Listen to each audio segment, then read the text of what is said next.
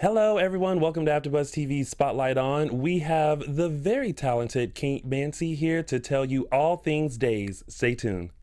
You're tuning into the destination for TV superfan discussion, AfterBuzz TV. And now, let the buzz begin. Well, hello, all of you Days fans, and welcome to AfterBuzz TV Spotlight On. I am your host, Tony Moore, and we are joined by a very special guest today. You guys have asked for it, and we have now delivered. We have the very beautiful Miss Kate Mansi. Well, thank you. I thought he was talking about me for a Quite second. an introduction. Yes, would you like me to introduce you? The very beautiful. And of course, we have my co-host in crime. We have Matthew Evan Paine. So excited to be here. So glad that you joined us. So excited to be here as well. So happy that you're here. I know that I bugged you a lot for quite some time. Oh, please, twist my arm. I love talking about myself. We bugged you as much as the fans bugged us to get you here. Good. Yes, No, I'm happy yes. to be here. So let's get right into it. All things Days with you. Yes. You have had such an amazing run on the show, especially these last few months have been very interesting. But I kind of want to start at the beginning with you because I heard or read. It's a very good place to start. Yeah, it's always great to start at the beginning. I read that you actually auditioned for Days before you got the role of Abigail, and you actually auditioned for Melanie. Yeah, I did. So how? I know you said that like it was such a scandal. Dun, dun, dun. For us, it was. We all know how that ends. Right. Yeah. Well, for me, I always love finding out that people have gone in for other roles. Sure, yeah. Before they got that role. So going in for Melanie, like, how was that experience for you? And then getting the call, 3 years later Oh yeah, for it was Abigail? so crazy. It was, it's so funny because I forget who it was. Someone once said, the right role goes to the right person at the right time. Mm-hmm. And if I know one thing to be true, it's that, for sure. Yeah. So, I was so happy to audition. I was going to college at the time. I was at Pepperdine University majoring in public relations, and I have a mother who is a theatrical agent, and she was like, you are not getting in this industry. So I was like begrudgingly making my way through college and auditioning on the side and everything. And I had done, commercials and print work and things like that, but nothing substantial. So when I got to screen test for Days, that was my first screen test as Melanie, and it was on the set of the DeMera Mansion, which was a lot bigger back then. Yes. And I remember seeing Molly, and I remember, I don't know what else. I remember, Marnie and I obviously had started a relationship at that point, but she was so kind and so generous and so great with all of us. And I was auditioning with Darren Brooks because I was going to be playing his brother. And afterwards, Marnie said, okay, we're going to do this again, but can you try not to have chemistry with him because, he's your brother? And I was like, oh, right, of course. But it wasn't something that I was really, conscious of. I don't know. I think it just didn't work as brother and sister, obviously. And true to the quote, it went to the right person, and Molly was great. And then when I auditioned a second time or screen tested a second time, I was actually put in her dressing room, I remember. And I was like, well, this is odd. Yeah. And she came in, it was her day off or something, and I was screen testing to play for a character that never ended up coming to fruition. Yeah, but they had me in her dressing room, and I was, auditioning to be with Casey Diedrich at the time, who was Chad, who was Molly's boyfriend then. Yeah. And I remember I was in her dressing room, and she came in and was like, I'm so sorry, I just have to drop off. I just have to put a pizza in the fridge. I'm sorry, and totally not bothering you. And I was like, God, she's so nice. And it was great. I mean, that shows, a lot of people have said this, but it's a great place to be. So. Yeah.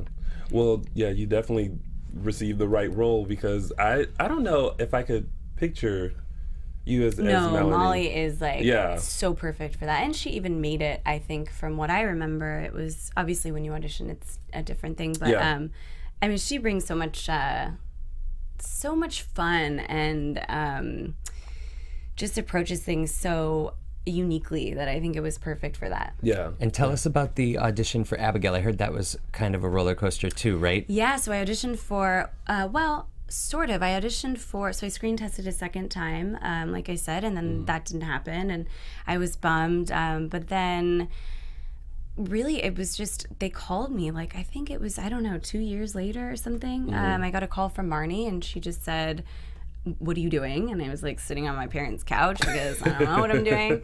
As actors have those, peaks and valleys. And she said, I want you to dye your hair blonde and come in for a meeting tomorrow. And I was like, you want me to what? And I was like, one Italian to another, like, we are not blonde. But so I did, because I was like, what do I have to lose? Excuse me. And I showed up at her meeting, and then Wow. It just kind of like happened. I think one of those things in this business, being in the right place at the right time, and what's for you doesn't pass you by, Yeah. So. Well, the adventures of Abigail have been a lot for the past few years. Yes. What for you has been your favorite storyline to play? I know the mental health one is probably up there, but what other storylines have you enjoyed with Abigail? It's such a hard question, because it's like when people say, like, what's your favorite movie, right? Yeah. You're like, there's a couple of them that I list off. I think that they're all special to me in different ways, you know? I mean, my story with Patrick Muldoon and Christy Clark, that everybody went crazy about for the, Cray Abbey. Yeah. I think that was my favorite for the reason that, Christy Clark and Patrick Muldoon, these veterans, these like, Days is a well-oiled machine, but they are like actors. And that was the first time that I was given the opportunity to sink my teeth and really get in the ring with these people. And I learned so much about acting from Christy Clark and from Patrick Muldoon just by sitting together, having sushi and drinks, and like talking about the script, and learning how to break down a script, and just that whole dynamic was great for me. I think I learned a lot from the challenging ones were my favorite. The story with James Scott was like amazing, because I learned, what it was like to be hated on social media for a long time, and how to deal with that. I learned how to all of it. Working with Ali Sweeney at that level too. Like, You got to slap Ali Sweeney. Okay, but yes, and she slapped me back. But to be fair, like, Ali's one of those women that's like, I'm not afraid of anything. Like, bring it. And that was a great sort of like vision for me to, look up to, really. And so I was really blessed to work with those women in that way, and in those sort of dysfunctional love triangles. And again, like, I learned so much from them. They had their own rhythm too, in the way that they rehearse, and I've always been kind of like the third person. I mean, literally. And I was like, I'm breaking up the marriage, but also was like, you guys have been working together for 7 years. Like, let's run lines, So I was extremely fortunate to be placed in that. And then, the mental institution, and this last story will be my favorite, because it was the last, you know? Yeah. I personally enjoyed the Sammy EJ triangle. Yes. Like, I thought, like, some of those scenes. The shower scenes. Oh my God. Or the stock room. I have to yeah. At one point, I was like, wait, are we making 50 Shades of, like, what? Right. Yeah. I was like, what story is this becoming? But yeah, that shower scene, I was on a plane once to Istanbul, and this woman behind me, like, tapped me on the shoulder, and she was like, I saw this scene. I was like, wait, what? You're kidding me. So yeah, it was, I think, one of the most risque, but... that was a nail-biting scene when Ali walked into the room, when Sammy walks into the room, and you were in the shower with EJ. Yes. But, yeah, it was. And I think, again, like, Ali has so much tact, because if she's a professional, she came in and did her job and never complained. But, like, that's not the most comfortable position to be in, But just that whole storyline with her plotting her revenge, and you guys they did a great job with that. So great with that. With Abigail, we've seen her progress. How have you, as an actress, really worked towards, or what have you done to help with the evolution of Abigail? Well, I don't know. I think that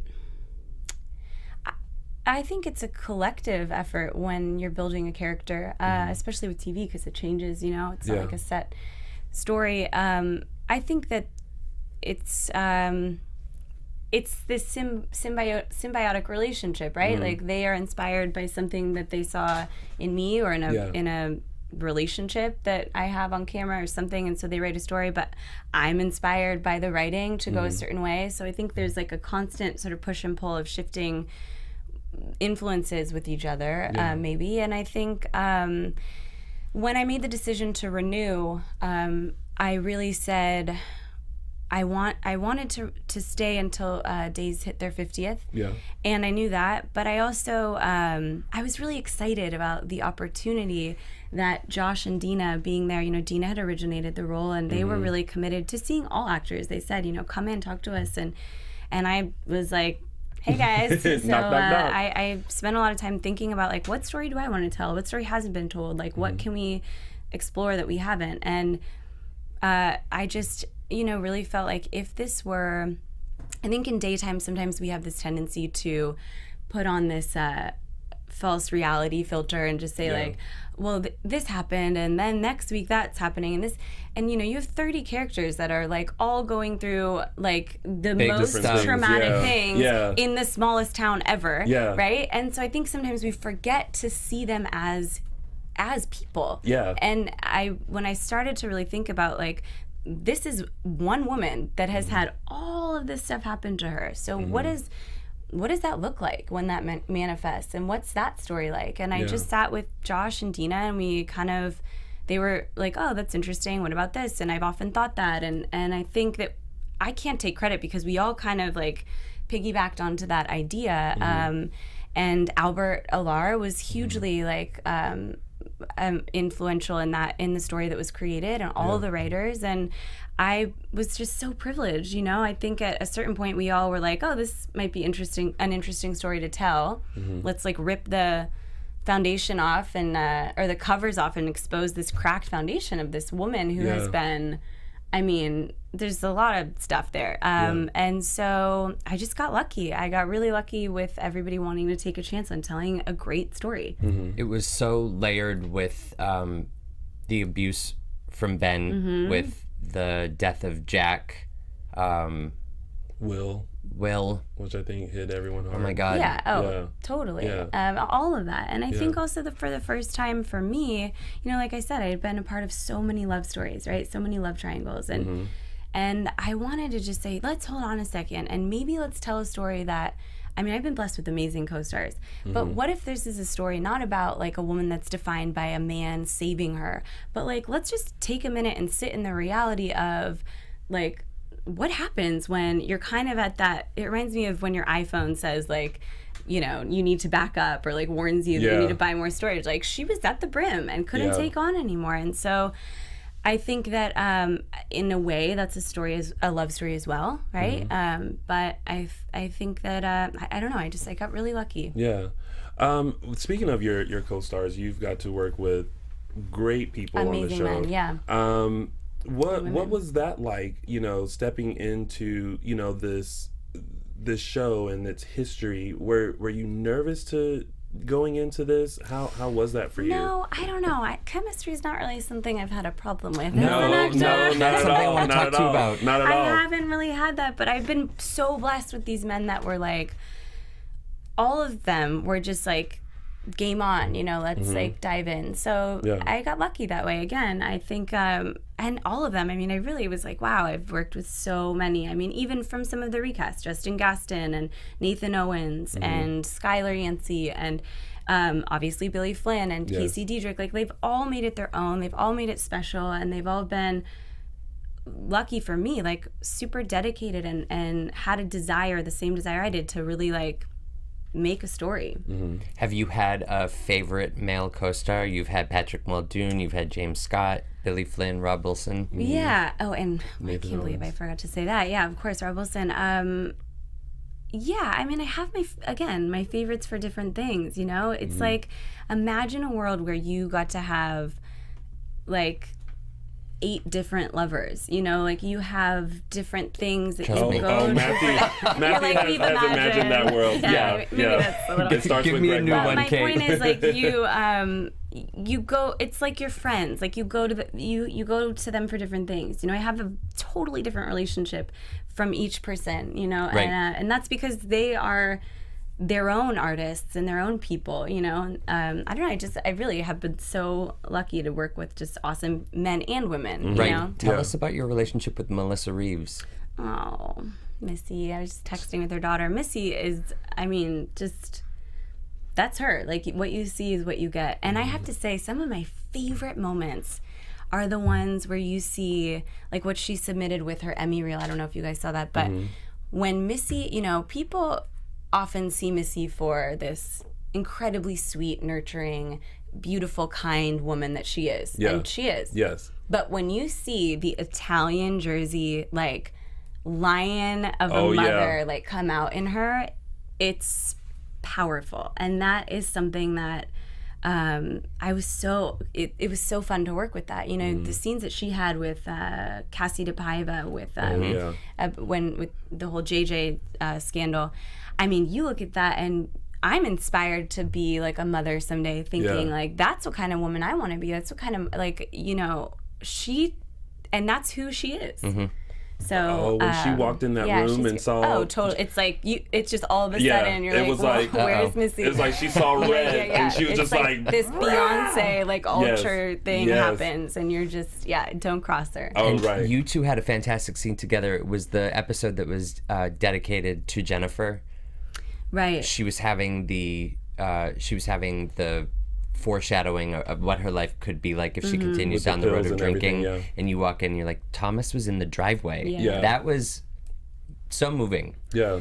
I didn't see that one, but I know I felt it when it was happening. She, I think that story was, it's, you know, it's obviously a pretty exaggerated version of anything close to Missy, but at her core, there's nothing in this world that means more to her than being a mother and than her family. I mean, that woman is loyalty, and so you know, you could see it. She just crumbled under it because what you're saying, you're insulting her mother. I mean, even though, you know, Missy doesn't know from, you know, probably being addicted to pills and drugs and alcohol and all that, but she knows what it feels like to have your children disappointed in you, I'm sure, as any mother would. And that pain, like, I felt it when I was working with her. But yeah, I mean, Missy's incredible. Yeah. So one of the big storylines that happened between with Rob, and you were involved in it as well, was the necktie killings. Yes. And tiny little story. That tiny little blip bit on of the a radar. story. Yeah. Well, how did you feel, you know, going into the show and like getting the scripts and reading about like the killings, and it was going to be revealed that Ben was the killer and all this? Like, how were you feeling like during that time? We didn't know until, I mean, for a while. And I don't think Rob knew quite until he did, you know. But I felt, I mean, it's complicated, obviously, like, for him and for all of us. Like, I mean, I loved working with Rob. I would work with him if he said, let's, like, make a movie about cleaning toilets. I'd be like, okay, you know, he's great. Yeah. But I think that, so I was sad because I didn't want him to go, but I knew that this was like, he was getting his story. Yeah. So I had nothing but excitement, you know, for him, and to see him sort of chew on that was really cool, and like evolve into that character. And to see, I think also for Rob, which he would probably agree with, like, I think that those were that was like my moment with Patrick and Christy. Like, that was the moment where he really got to explore and grow as an actor.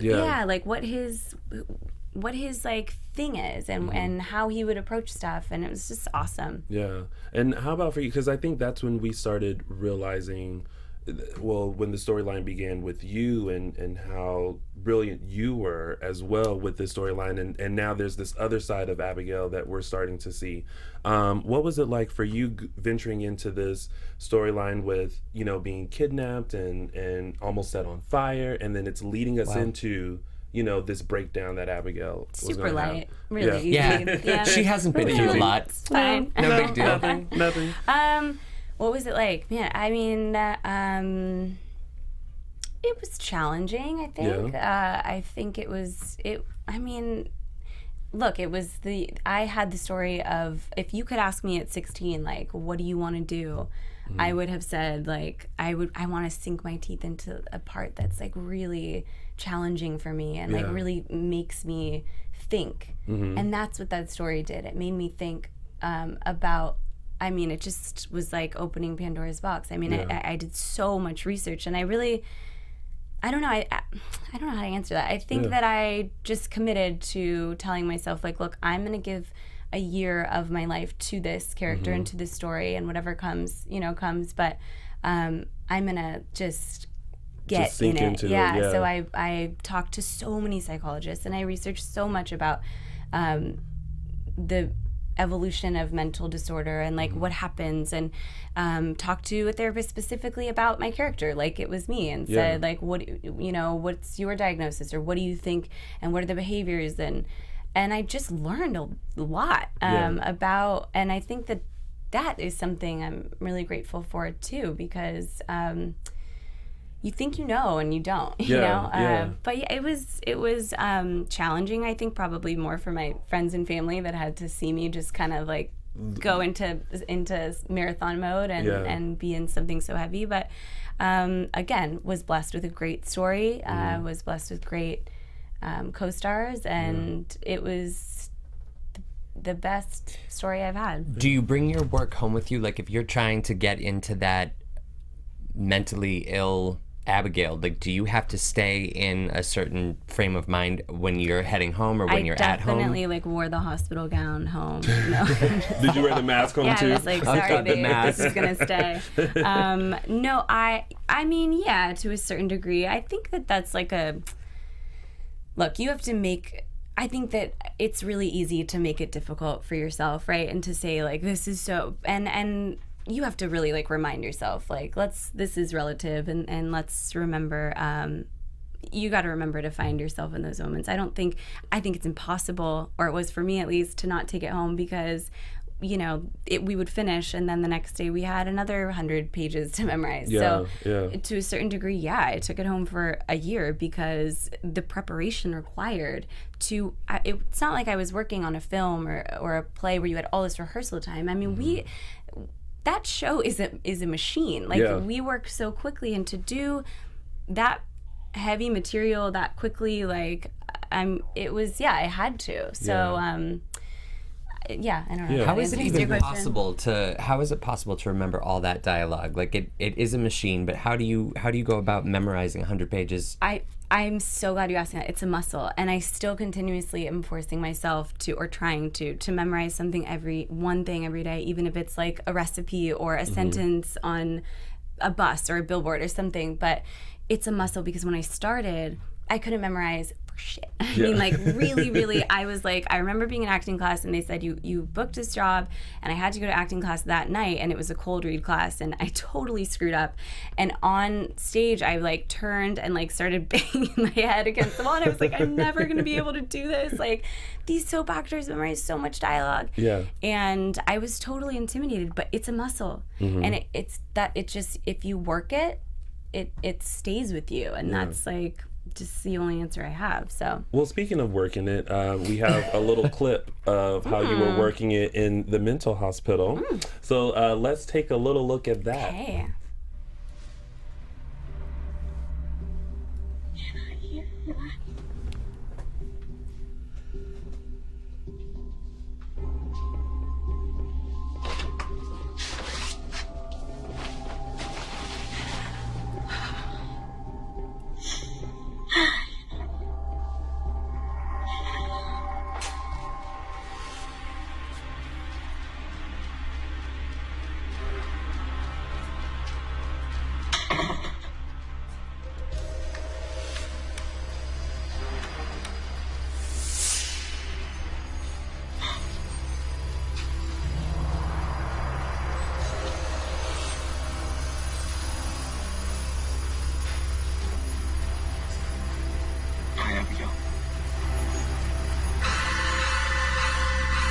It still creeps me out. It's so creepy. It is, yeah. But I mean, you've gotten commended by so many people that we've had in here on your work as Abigail, and especially within the storyline. Mary Beth Evans praised you for your work. Deidre Hall has praised you for your work. How do you feel about the accolades that you get regarding this storyline, and what have you heard from fans regarding this storyline? Well, on that note, just quickly, because I could talk for hours about this, I will say that the women on our show are so incredible. I mean, truly, like Missy, Mary Beth, Christian Alfonso, Deidre Hall, I mean, all of those women there have been so kind to me and so great. And so to that point, like, I just was lucky, and you don't see that in a lot in this business. Right. So they were great, and I appreciate that. But they were so supportive the whole way. And I think that the fans are amazing. Like, I'm sure you guys maybe have seen the video. They make these montage videos. Oh God, yeah, yes. I don't even know. I would have to go to school for so long to figure out how to do that and have patience and the thought that they put behind, like, what music to choose and what clips, and I mean, it's brilliant. Like, I'm like, are you guys seeing this? Not because of me, but I'm like, how did they do this? It's amazing. The fans are they amazing. They just have been like showering me with, like, I remember when it was my last day, or like leading up to, they were sending me all these collages of, like, me, the evolution of, like, when I first started, my first scene, like a still with, like, the blonde hair and all the other bad hairstyles that went on that. And then to now, and they just, I mean, incredible. Like, I feel so lucky, and it's just a reminder every day that the kindness of strangers, like how awesome it is to have people. I mean, to that point as well, like, you can't ever hold on to it too tightly, because just as quickly as they'll build you up, they'll tear you down. Not them specifically, but like, again, it's relative. And I know that, but it's nice. It's lovely. I mean, it's so cool. It's like the best to hear that they're engaged and they actually gave a shit about a story I told. Means a lot. And then to have people reach out and say, like, I had an aunt with mental illness, or I struggled with this, or I struggled with that, and, like, I couldn't believe that you, whatever. Those were the moments where I, walking, checking my phone, had to really stop and say, we did this right. Not me, but we all did something right to feel, to get that response. Completely. You mentioned earlier about being hated on by the fans for breaking up a relationship. Was it the Carrie and Austin relationship, or was it the EJ and Sammy relationship? It was probably all of them. Yeah. I mean, I came between a lot of them. I was a little home wrecker, but I was like, who is this hoe? No, the Sammy. See, you were one of us. Slut is the word. Right. That's always used. Yeah. We had, I had a lot. I mean, I got, when I first became Abby, I was getting hate mail like crazy until someone said to me, stop reading that, and I was like, I feel like I have to like, oh, and they're like, you don't have to. Yeah. So the hate mail that came in was like just insane, but because they loved Ashley Benson, and again, you have to make it your own. If you live and die by what they tell you, and you read the boards all day and whatever, then that's it. But it takes it's tricky, to navigate, to hear people say that you're like, oh, I'm just waking up, I'm gonna like surf the internet or like go on Twitter, and all of a sudden you're like, how dare you? I mean, I was at a gas station in Mojave this weekend on my way home from our cabin up in by Mammoth, and I was like waiting in line at the bathroom, and this woman looked at me, and it was like 106 degrees, so everyone was a little loopy, but she looked at me and was like, you're out. And I was like, wait, what's happening right now? And she was like, oh my gosh. And then she realized that she was like, I can't believe I just did that, but I have been watching your show for so long. I literally just looked at you and was like, oh my God, that girl, she just escaped like the thing. I was laughing so hard, and I totally, like, it was so sweet and funny and everything, but to know that they aren't indifferent and that they care is such a great thing, you know? Let's one thing that I really want to ask you about, in your last days of the show, the mask. Your last days of days. I know, right? The mask. The mask. Now, I thought, this was my theory behind it, was that they were setting up the character of Abigail to go away, and then eventually recast, yeah. the recast would come Right. in. But then the mask came off and it came back on. Can you help us out with with the mask and why it was there? We were What upset the by Many of purpose us of it? can give an answer to that. Okay, so here's what I will say about that. Okay. I was as shocked as you were. I remember when Rob came in one day, he was like, Kate, what's this? Like, is it about a mask? Like, I don't understand. What's happening here? I know I've been gone for a while, but like, what's going on? And I was like, I don't know. I don't have an answer for you because I'm just as shocked as you are. I originally thought it was for the recast as well, which, look, makes sense. Get Right, it. yeah. And that was like, fairly easy to process, like totally understand. So they had given me revisions pretty quickly. I didn't know what the mask was going to be like or anything. But I called Cassie DePaiva and said, hey, I have to do this thing. Like, what do you think about that? And she's like, oh, it's like a totally typical soap thing. People do it, and then it's for the recast. And she kind of helped me like understand what was happening. And I was like, okay, cool. And then there were all these revisions after of like, it's on, it's off, it's on and off. Yeah. So I, So it's still a I don't know question what to mark. say about that. I was upset because I felt like we had taken the story so far and to then all of a sudden get this like, oh, breaking news, there was a fire that set off in the hospital I was like, well, where What? was that scene? Yeah, like, Yeah. should we do that? So that felt a little non-linear to me and a little confusing. But I think everyone was like just trying to figure out how to craft the exit, and that's how it happened. As an actor, do you have any say? Like, if you're like, where did that fire come from? Should we shoot that or no? Like, do they take into consideration thoughts, or are thoughts even allowed? mean, yeah, of course. Like I like in the conversation that I referenced so many times, that I had the privilege to sit down with Dina and Josh and say like, and kind of like have an open discussion about what we both were aiming for. That totally happens. Not all the time. I was very lucky that they even wanted to hear me, and that they, that it was a collaborative effort then with Albert and I and everyone involved. But at that point, I was like, okay, this is no longer my ship to. It wasn't my. That wasn't my decision, and I could have like fought it and said like, well, what are we doing here and whatever. But honestly, like at a certain point, I was like, I'm leaving so soon. Yeah. And if this is how they want the story to go, then that's how it's gonna go. Yeah. I might not like it. I might have wanted the other version, but it's.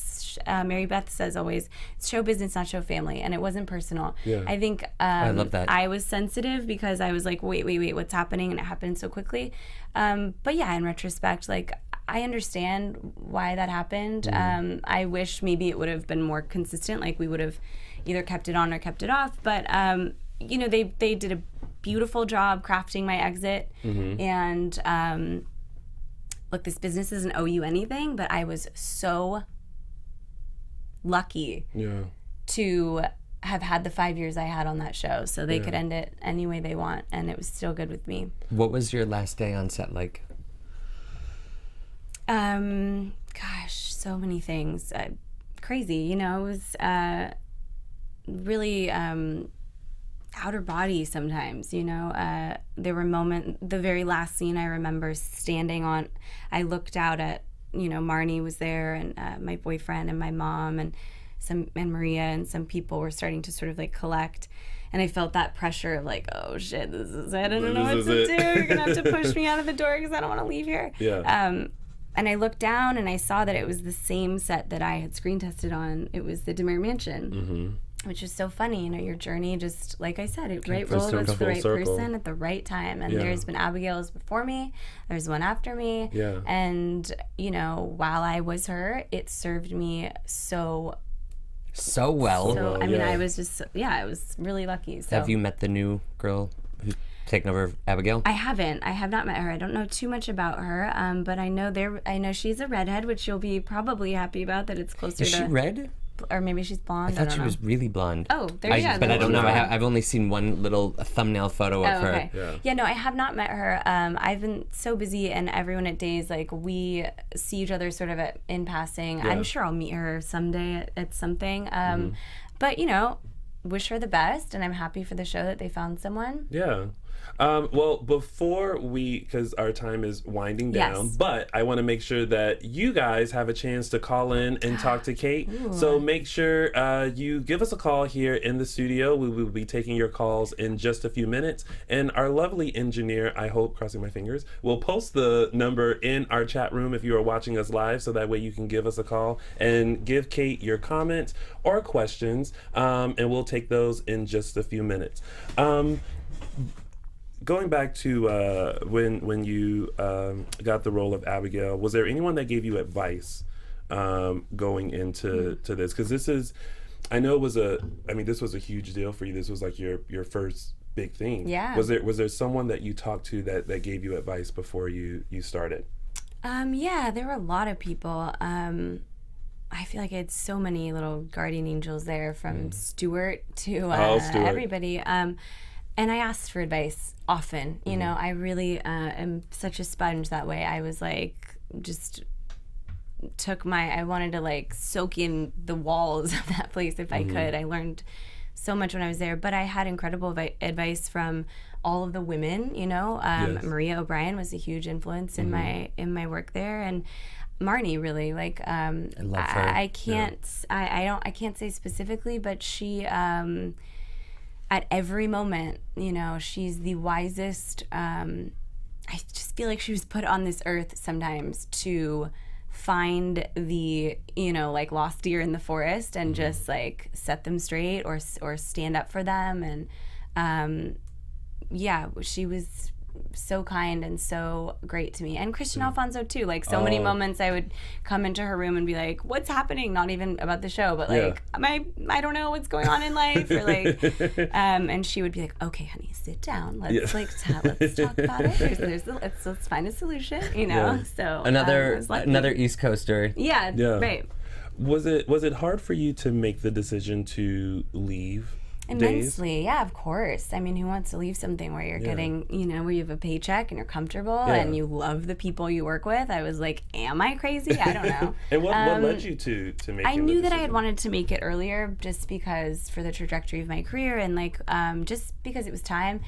But I wasn't sure when that would be the time before. And then once I committed to resigning for a year, I knew that it would not be an easy decision for me at the end of the year, but I knew that it was time, and I had to just like make the decision and take the jump. And to that point, you know, that's why there's been 7 Abigails. It's like Ashley did the same thing, and now I've done it, and now, you know, the next Abigail is taking and inhabiting that role. And I think maybe we'll all throw like an Abigail lunch party someday and like all get together or something. But 7 Abigails, like, wow. She is now, it's hers, and she will do her own thing with it. And now, you know, it never really leaves you, right? But now, you know, we're all evolving in a different place. Yeah. Now, obviously, you just left. Do you see yourself ever going back? I mean, not right now, unless no. I don't know. I mean, I think that daytime is one of the hardest genres I've ever, you know, experienced working in, and I have so much respect for daytime and for days. And if the opportunity presents itself, I'm not closed-minded to it at all. But right now is not that time, you know. Mark and Tony broke the news that you were leaving on air, and you practically had to scrape me off the floor. I was like, no, she's not. I didn't hear that. Yeah. It's quite a different reaction, I'm sure, than that hoe, right? Yes. I have to say one thing that I've been dying to talk about really quickly. They were talking about, or Tony was talking about the mask. Yeah. Abigail loves a good prop. The blue ski cap Austin's hat. I can't find a picture of that online anywhere. How fun was that, just to be that crazy? You know what's interesting about that is that every single time I had a new co-star I was going to be working with, or like a new story, you know, you can kind of start to sniff it out in a moment. You're like, oh, I had this random scene with James Scott on a bench. Like, wonder what that's at, you know? So I remember it was like, my character would always be like running, like physically like running into someone. Like the first scene I had as Abigail, I was like running into Casey Diedrich on at a pub or something like that. And with Patrick, it was the same.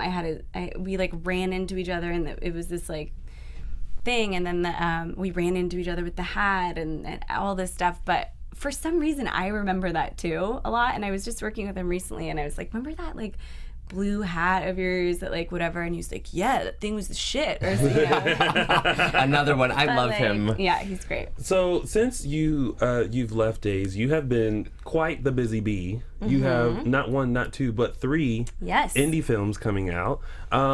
Talk to us about that, because I know fans love to keep up with you and find out what you're going on. If someone told me a long time ago, like, just wait, these fans are loyal. And then once the hate mail came in the beginning, when I was like, okay, I get it, they're loyal. But then when I was on the other end of that, I was like, wow, they are amazing. And I wish that everyone had that. It's incredible. Yeah. Yes, I did 3 films. Muse is going to be great, and I'm really excited about most recently House Guest with Beth Littleford and Ted King, who's a daytime as well, former daytime, and then I did The Boyfriend Killer.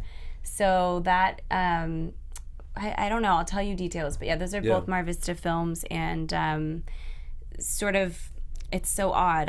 They booked Patrick Muldoon in Boyfriend Killer first, and then they said he said, when does it start? And they said, we're looking for someone young enough to be this like innocent girl next door, but that can like really handle playing crazy. And he's like, Baba, I got your girl. And then he called me or texted me. He was like, what are you doing? Send me stuff right now. And I was like, what do you mean? What am I doing? Like, I can't.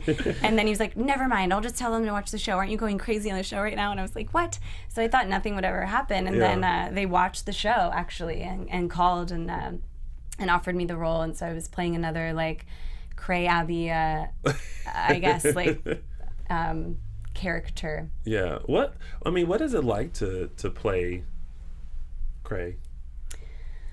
I don't know. I'm still learning, but fun and difficult and interesting. I mean, it's you kind of just got to give over. I'm learning how to do that now. Let go of the reins a little, but it's tough sometimes, fun. Isn't it? All the time it's tough. Yeah, but it's fun. I mean, I think that there's a certain energy to it, and you have to just acknowledge that element of it and respect that it's a strong one. Yeah. But I love it. Like, I have so much fun. We play Cray all the time here, so yeah, I don't know if we're playing. I don't know if we're playing. I think we have a caller on the line. Hello, caller. Welcome to AfterBuzz TV Spotlight On. You are on live with Kate Mansi. What's your name and where are you calling from? Hi. My name's Laura. Hi, Laura. Hi, Laura. And where are you calling from? North Carolina. North Carolina. I'm from South Carolina. Carolina's in the house. Oh, yeah. So, do you have a question or comment for Kate? Yeah. Sorry, I'm really shy and my heart's pounding. But no, don't be shy. We are the sweetest people. You've been my favorite on Days since you started, and I love Abigail. And I'm just wanted to know your thoughts on Chad and Abigail's relationship. I'm a huge Chappie fan, and just thought I'd give you a call. Oh, thank you for calling. Yeah, I think that Chappie is obviously the love story that maybe none of us want because there's so much trauma, but it's the heroic, classic, fairy tale love in a lot of ways. So I'm so glad that it resonated with you.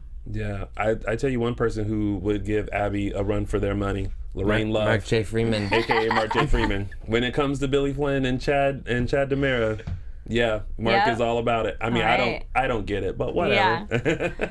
Well, thank you, Laura, for calling in. Thank you, and thanks, Laura. Good luck, Kate. Thank you. All right, and we'll take this next caller. Hello, caller. Welcome to AfterBuzz TV Spotlight On. You're on live with the lovely Kate Mansi. What's your name and where are you calling from? Hi, it's Anne from Montreal, Canada. Hey, Anne. How are you? Not too bad yourself. Doing great. Do you have a question or comment for Kate? Actually, just had a comment. Mm-hmm.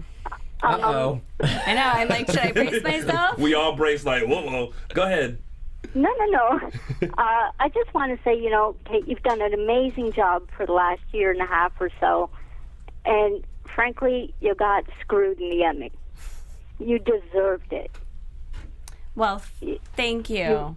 You really for saying did. That. I have a daughter that I've been watching with for the last 5-6 years, and she was on the edge of her seat through the entire storyline. Oh, that's great. I love that. She loved watching you burn Ben. she thought that was fabulous. Oh, good. Well, women are triumphant, right? Oh, absolutely. Thank you. And I think sweet. you really showed that. I you appreciate could see that. Abby slip, but at the end of the day, she got her revenge. Yes, she did. Yeah, she did. She did. Well, thank you so much for calling in, and keep watching. Thanks. Thank you. How fun were those scenes lighting Ben on fire? So we had too much fun. It was great, yeah. I loved watching those scenes because I felt like Abby had a chance to just like, it's like, you've been around and now this is my opportunity to really get you. And I think she still thought it was in her mind, but it was actually happening. Yeah. And that was also during the time where Ben kept popping up. And we were like, oh, it's the real Ben. Wait, what? Yeah, which Ben is that? It's the real Ben. Is that real Ben or fake You Ben? and me both. We were doing so many episodes. At a certain point, I'm like, well, are you there or are you? That's what he was saying too when he was here. He was like, no, am I real Ben or am I Vision Ben? There were so many. Yeah. But it was so great. I couldn't believe that when I was watching the show, I was thinking, there's no way they're going to show her lighting him on fire. Oh wow, they're showing him. That. Yeah. I thought that. I was like, well, how's this gonna go? And then I got there and we had amazing stunt people, but I got there and Rob's standing in front of me like literally on the bed, like, all right, here we go. And I was like with the match, like, oh my God. This it was is happening. great. It was awesome. Yeah. Now, one thing I wanted to mention before we have to go is that I don't know how many people know this, but you are a dancer first. Yes. And I didn't know that. I mean, do you know how many times we could have danced together? We could have really cut a rug. Well, always time. That's true. Are you still dancing? Like what? Yeah, I mean, it's so funny. I was just having this conversation with a woman the other day, and she said it's such an archaic thought that you can only have one career path these days, and I thought that's so true. But also for me, I don't think I'm interested in a career. Look, actually, I will rephrase. I know that there's nothing else I will ever do, even if I'm cleaning toilets with Robin, I'm sure. But I know that I'm meant to be an actor because that's how I feel in my soul. Yeah. The only way I'll be fulfilled. But I enjoy dance. I never felt that way with dance. I never felt like I have to do this or it's gonna, be toxic to me. So with acting, I think I'll dance, here and there. But when you do it so competitively and so seriously for a while, it's hard to get back into class and like not judge yourself that your bottom is not as high as the 70-year-old woman next to you that's still like practicing, and you're like, what the hell? I know that woman. So yeah, I know, right? Yeah. I know, me too. My mom Tony is like that that woman. This is true. This is true. Well, and you danced at first for so long, and then you got into acting. What inspired you to go into the acting realm? I know, like you. Yeah, it was you felt accident. It, no, it was truly on accident. I was like, you asked me in high school, and I was like, I don't want to be an actor. I'm just going to be a dancer. And my mom was an equity agent. Now she's a manager. But I grew up with backstage watching Rent on Broadway with all her clients and seeing all of that stuff. So I knew that that's what I wanted. And then when I was in high school, I had to take a theater course because something in my schedule was not lining up or something. And I really did it like, theater, fine, I'll do it. And then in the class, I remember he kept pushing me to audition for the play. Bob Garrett is my theater teacher's name. And I was like, I'm not doing that. I'm a dancer. Like, no way. And I auditioned and got the lead in this play. And then I was like, okay, fine, maybe I'll do it. And I remember being so excited to come home and memorize these lines. And it's the first time I really understood what it meant to create a character and not just like get on stage and be yourself. Yeah. Because with dance, you pour so much of yourself into as self-expression into the choreography. And I remember I like ran downstairs one time and was like, Mom, I get it. Like I get acting now. Like it's not about, it's like all this stuff. And she was like, yeah. And I was like, okay. And like went back up to her and like, I just couldn't get enough of this idea that it was, it just was so exciting. It felt like I was, I don't know, making chemistry happen in my, So I love it. I'm totally in. And that's how it happened. I had a question. Yes. And oh my God, I just pulled a Mark J. Freeman. I'll ask one Mark then. does that all the time. Go ahead. Who do you spend time with, co-stars from Days of Our Lives, outside of... Well, I mean, we've all been so busy. There hasn't been really a chance yet. I'm texting with like a lot of people. Teo and I actually just messaged each other the other day. I have seen Mary Beth a lot. I was moving and she came over and helped me with that. And she's just so awesome. And I saw Deidre Hall at her star on which was so great. Yeah. And I don't know who else. I mean, I'm texting with Marnie and with Rob, and I was in Florida shooting that film, and then I haven't had too much time yet, but I think that the friendships I've made there will last a long time. Yeah. All the days of my lives. Oh. Now, before we have to wrap up, because I feel the Emmy music about to play, what did you enjoy about playing Abigail for these 5 years? And what did you learn? Oh God, so much. You would give me that question last. Our questions are difficult sometimes. I know. I think that I think being an actor is sometimes something that's really difficult. You know, there's a lot of rejection, there's a lot of bullshit and whatever. And I had the privilege to go somewhere every single day for 5 years right out of college and have somewhere to put whatever I was going through and to understand what it meant to be able to do that. Yeah. And I felt every single day that I was there so lucky to have that opportunity.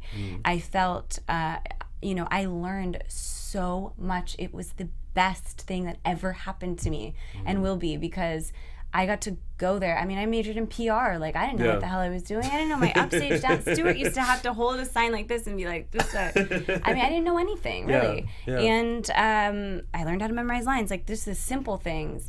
And also, to be able to be in the presence of so many strong, incredible women like Christian and like Deidre and like Mary Beth and like Missy and my makeup artist, Deidre and everybody, to be able to be a young woman that's in that sort of critical developmental place in your life and be surrounded by these uber professionals that you can kind of look to and go, okay, I know where I want to land. I know what I'm moving towards. I know it's just you get this like, I don't know, this like raising, this like upbringing, and it was God, I was just lucky. And about Abigail, what did I enjoy? I enjoyed every single screwed up thing that she did, because it was always from her heart, 100% committed, and she messed up badly, and she always owned up to it, massively as well. So I think I learned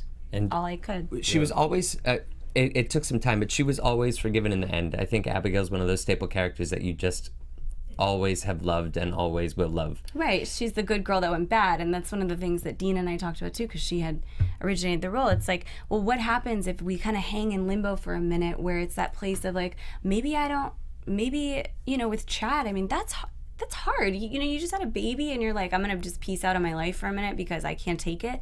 He had to come every single day to visit her and do all that stuff. And that really speaks to the partner in a mental illness relationship as well. Yeah. But and he what did happens a if you job. don't just forgive someone right away? And what happens if Abigail's not just always like, oops, I slept with your husband and now what? Now what not do that I it's do? that simple, but I think that was like a really cool part of the story for all of us to explore.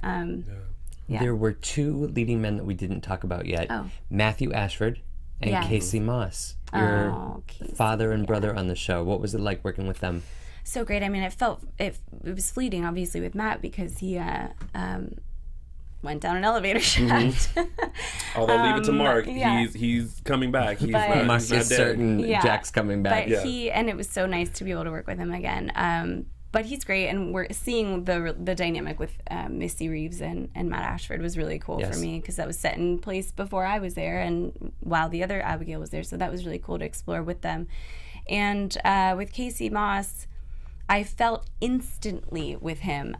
Instantly. The minute I saw the whites of his eyes, I felt this like strange sort of like not parental connection to him. I mean, it was so instinctual. And again, for what's for you doesn't pass you by. Like Right. Casey was so meant to have that job, and he did. And I remember looking at him in the beginning. Do you remember that storyline he had about being in jail and he was this like troublemaker?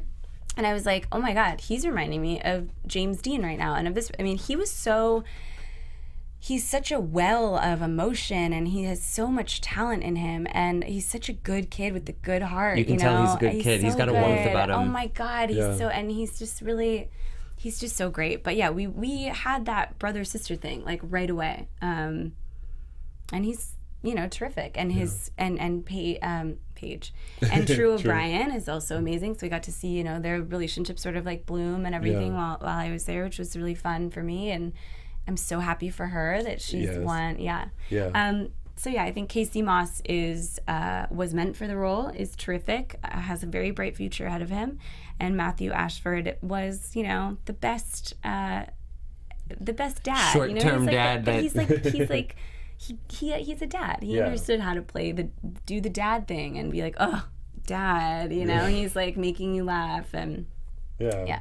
Well, we unfortunately have run out of time. We have to wrap things up. But before we go, I just want to say that you have done an amazing job as Abigail. Yes. And everyone in I miss you already. Yes. Aww. Everyone in the chat room agrees that you need to definitely put in an Emmy reel for 2017. Oh, that's sweet. Thank you. And we are all rooting for you to hopefully this time not only get a pre-nomination, but actually get a nomination and be on stage holding that Emmy, because thanking Matthew and Tony. Yes.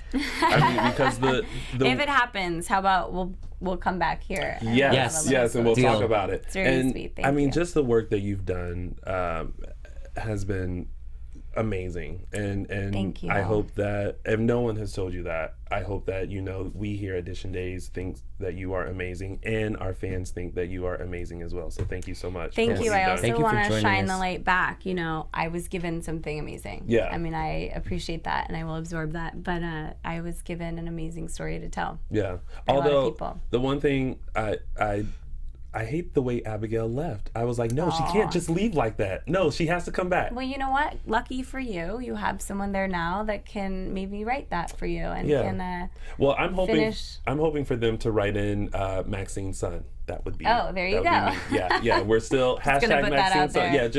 We just keep throwing that out there in the universe. Go We for it. almost made it through the episode without. Well, I know I hadn't even said it. But yeah, we put that out there. So yeah. Thank you, Kate, for coming in to see us. Thank you so much for having me. Thank you. Thank And you. And Matthew, thanks for calling before in. we head out, where can they find you on social media? You can find me on Instagram and Twitter at Matthew E. Paine. And of course, Kate, where can all the fans find you and keep up with you? I will be at Kate Mansi. Everywhere? Instagram, Twitter, And you're very active on it too. So I love it. Yeah. I mean, I love it because of the fans. I mean, how could you not engage with them? This is true. And of course, you guys can find me on all social media platforms at Lounging with Tony or my website, loungingwithtony.com. And don't forget, every Sunday right here at AfterBuzz TV, we give you a full recap of the week's episodes of Days of Our Lives, 4 p.m. Pacific Standard Time, 7 p.m. Eastern Standard Time. Thank you again, Kate, for coming in. Thank you. Thank you guys for joining in, and we'll see you this Sunday for a full recap. Bye, everyone. Bye, everyone. From executive producers Maria Menounos, Kevin Undergaro, Phil Svitek, and the entire AfterBuzz TV staff, we would like to thank you for listening to the AfterBuzz TV network. To watch or listen to other after shows and post comments or questions, be sure to visit AfterBuzzTV.com. I'm Sir Richard Wentworth, and this has been a presentation of AfterBuzz TV. The views expressed herein are those of the hosts only and do not necessarily reflect the views of AfterBuzz TV or its owners or principals.